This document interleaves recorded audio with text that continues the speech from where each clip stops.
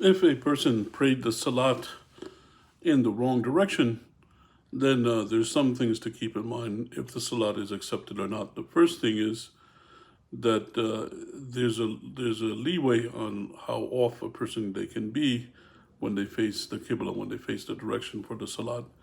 And they have 90 degrees leeway, according to the majority of the ulama, because Prophet Muhammad sallallahu alaihi wasallam, he said, "Bain al-mashriqi wal-maghribi qibla," between the east and the west the qibla, is the direction that a person they face.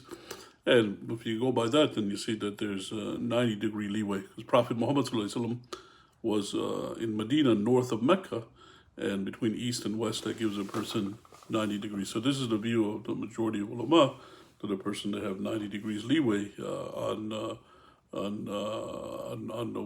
where they face the qibla. The second thing is that if a person, if they're more than 90 degrees off, if they made an effort to determine which way is the qibla, then the salat is accepted, as long as they made an effort to determine which way was the qibla, and they followed that. Like, for example, if they're in a Muslim country and there's all Muslims around, they should have asked somebody and they would have told them, and that's sufficient.